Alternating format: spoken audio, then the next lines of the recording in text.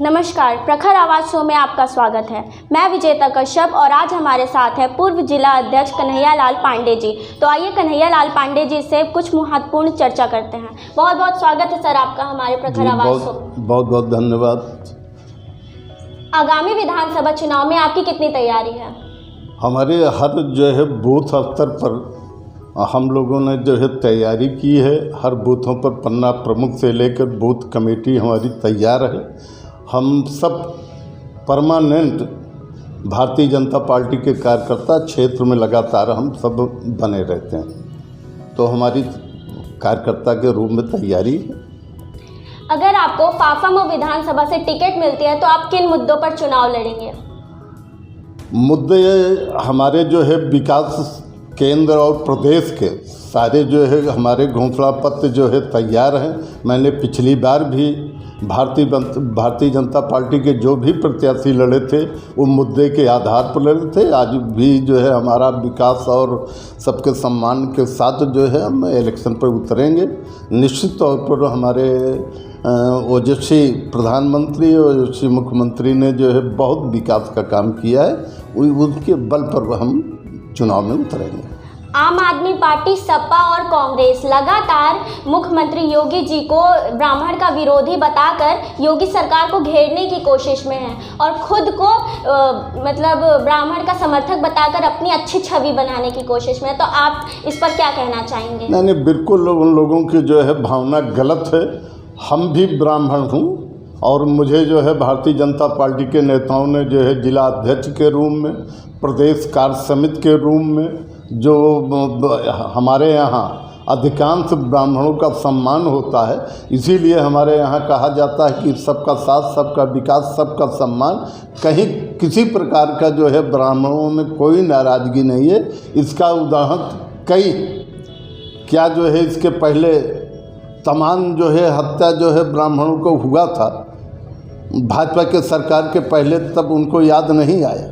आज भाजपा की ब्राह्मणों की याद उनको आ रही है। आज परशुराम की मूर्ति लगा रहे हैं। भारतीय जनता पार्टी ऑलरेडी ब्राह्मणों की जैसे पहले ये कहा जाता था कि ब्राह्मण और बनिया की पार्टी है, आज भी अधिकांश मैं कह सकता हूँ कि 99% ब्राह्मण भाजपा के साथ। जाति और धर्म उत्तर प्रदेश की राजनीति का सबसे बड़ा मुद्दा बन रहा है, इस पर आप क्या कहना चाहेंगे? ये तो विपक्ष के लोग धार्मिक मुद्दा बना रहे हैं। हम तो हमेशा हमारे एजेंडे में राम जन्मभूमि रहा, काशी विश्वनाथ रहा। ये तो भारतीय जनता पार्टी का हमेशा से घोषणा पत्र में था। वो जो लोग आज जाति की बात करके एक खौफ पैदा कर रहे हैं एक बिरादरी में, वो गलत बातें हैं। भारतीय जनता पार्टी हमेशा धर्म के हम सब प्रयाग के रहने वाले हैं, संगम के नगरी के रहने वाले, तो धर्म चलेगा ही चलेगा। अपर्णा यादव समाजवादी पार्टी को छोड़ के बीजेपी में शामिल हो गई हैं, तो इस पर आप क्या कहेंगे?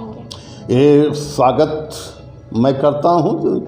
एक बहुत बड़ा काम अपर्णा जी ने पार्टी में आकर हम पार्टी के लोग और दिल से उनका स्वागत करते हैं। इससे पार्टी मजबूत होगी। आपको क्या लगता है कि बीजेपी की सरकार में महिलाएं कितनी सुरक्षित हैं? 100% जो लोग शाम को 6 बजे रोड पर नहीं निकलती थी, हमारे बहनें और बच्चियां विद्यालय में पढ़ने नहीं जाती थी, आज सीना तान के विद्यालय में भी जा रही हैं और रोड पर निकल रही हैं, बिल्कुल 100% सुरक्षित।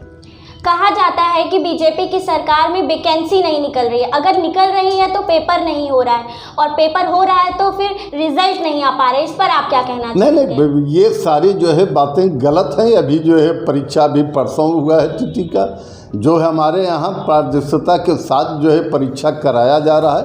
अगर कहीं से किसी प्रकार से पिछले सरकार के लोगों ने उनका मन एक तरह से हम कहें कि बढ़ चुका था, वो गलत ढंग से नौकरी दिलाते थे या पेपर लीक कराते थे, योगी जी की सरकार में सभी लोग पकड़े जा रहे हैं, जेल जा रहे हैं। निश्चित तौर पर सच और अच्छा परीक्षा भारतीय जनता पार्टी में किया जा रहा है।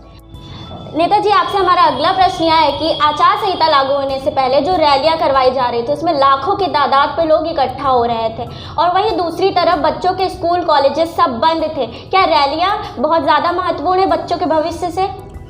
नहीं, रैली भी ज़रूरी है और विद्यार्थियों का जो है जीवन भी पढ़ने के लिए अच्छी सुविधा दिया जाना चाहिए। ये भारतीय जनता पार्टी ने किया है। हमारे यहाँ जो है विद्यालय खुले थे, एक सीमित जो है बच्चे जैसे 100 बच्चे के बैठने का कमरा है तो 50 लड़के जो है उस पर पढ़ सकते थे। विद्यालय भी चला और जो है हमारी जो है रैलियाँ भी चली हैं। ये सारी जो है मुद्दा जो है भारतीय जनता पार्टी के जिम्मेदार कार्यकर्ता और पदाधिकारी हमारी सरकार निश्चित तौर पर जो है बच्चों के भविष्य के बारे में चिंतित है। उन्हें जो है पढ़ने की अच्छी ऑनलाइन और जो है विद्यालयों को जो है खोल कर पढ़ाने का जो है काम किया। सर, 3 सालों से सेंट्रल यूनिवर्सिटी नहीं खुल रही हैं, तो इस पर आप क्या कहेंगे?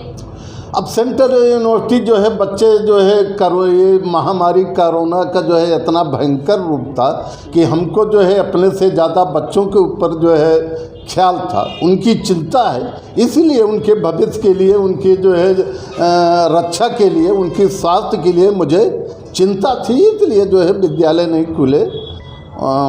फिर जो जैसे स्थिति कंट्रोल में आ रही है उससे विद्यालय खुल रहे हैं, पढ़ाने की अच्छी सुविधा दिया जा रहा है। ये भारतीय जनता पार्टी की सरकार में सभी का जो है पढ़ने और लिखने और रैली करने का जो है छूट है। सब लोग महंगाई, बेरोजगारी और किसानों का मुद्दा केंद्र सरकार की सबसे बड़ी विफलता लग रही है, आपका इस पे क्या कहना? नहीं, बिल्कुल जो है गलत लग रहा है। जो है सरकार, अगर भारतीय जनता पार्टी की सरकार न होती और हमारे जो है आदरणीय प्रधानमंत्री नरेंद्र मोदी जी न होते, हमारे जो है उत्तर प्रदेश के मुख्यमंत्री योगी जी न होते, किसी दूसरे की सरकार होती तो महंगाई और चरम पर जाती और हमारे जो है किसान स्थिति जो है किसान सम्मान निधि के तहत जो है हम हर किसानों को सुविधा देने का काम किए हैं। अच्छी बीज, अच्छी खाद जो है हम जो है क्रय केंद्रों के माध्यम से, गोदामों के माध्यम से जो है दिया जा रहा है। सारी सुविधा जो है भारतीय जनता पार्टी में किसानों का किसी प्रकार का नुकसान नहीं है। किसान बीमा से लेकर तमाम योजना उन भारतीय जनता पार्टी के तरफ से किसानों के लिए जो है उपलब्ध है। आपको क्या लगता है जो किसान निधि बिल वापस लिया गया है उस पर आपका क्या कहना रहेगा? ये जो है अच्छा जो है बिल था, हमारे प्रधानमंत्री जी ने लेकर आए थे, लेकिन किसानों को लगा कि जो है गड़बड़ है। किसानों के क्या कहें, ये एक जो है दल से संबंधित जो लोग हैं, किसान यूनियन के लोग, उनको लगा कि जो है गलत है। इसलिए जो है हमारे प्रधानमंत्री ने कहा कि ठीक है, अगर आपको गलत लग रहा है तो हम अपना बिल वापस ले रहे हैं। अच्छी बात है। कोरोना काल में महंगाई की दर लगातार बढ़ती जा रही है। पेट्रोल, डीजल और सिलेंडर के दाम बहुत ज़्यादा चरम सीमा पर हो गए हैं। पहले 400 के थे, अब 900, 1000 पे हो गए हैं। तो इस पर आप क्या कहना चाहेंगे? नहीं, ये तो महंगाई मैंने पहले कहा ना कि अगर भारतीय जनता पार्टी की सरकार न होती तो और जो है ये सिलेंडर जो है 1500 जाता, तेल जो है 150 रुपया में जाता। आज तो जो है 100 रुपया के नीचे जो है इसके पहले भी जब हमारी सरकार नहीं थी तब भी 80-90 रुपया में जो है तेल बेचा था। ये भारतीय जनता पार्टी की सरकार है कि महंगाई को कंट्रोल करके रखी है। सर, जैसा कि आप गंगापारा के पूर्व जिला अध्यक्ष रह चुके हैं, तो इस पर आपका क्या अनुभव रहा है?